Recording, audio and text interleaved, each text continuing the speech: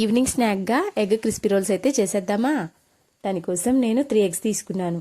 Boil చేసుకుని ఇదిగో ఈ విధంగా తురిమి పక్కన పెట్టేసుకోండి. నెక్స్ట్ వచ్చేసరికి పచ్చిమిరపకాయ, ఆనియన్, కొత్తిమీర ఈ విధంగా కట్ చేసి వేసేసుకుందాం. కొంచెం జలుబు చేసిందండి. నా వాయిస్ మీకు ఏమైనా ఇబ్బందిగా అనిపిస్తే సారీ.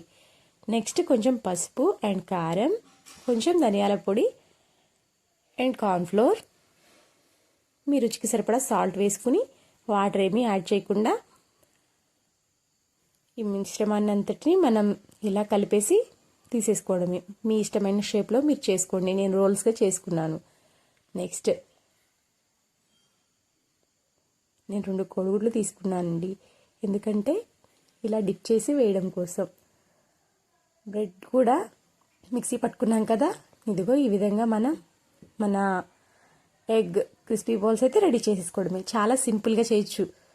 ఈ శీతాకాలంలో చలిగా ఉంటుంది కదా, వేడివేడిగా తింటుంటే చాలా బాగుంటుంది. టమాటో సాస్లో కానీ లేదంటే చిల్లీ సాస్లో కానీ తింటే ఇంకా చాలా టేస్ట్గా ఉంటుంది. సూపర్గా కుదిరి నన్ను సపోర్ట్ చేస్తున్న మీ అందరికీ థ్యాంక్స్. ప్లీజ్ లైక్ చేయండి, షేర్ చేయండి, సబ్స్క్రైబ్ చేసుకోవడం మర్చిపోవద్దు.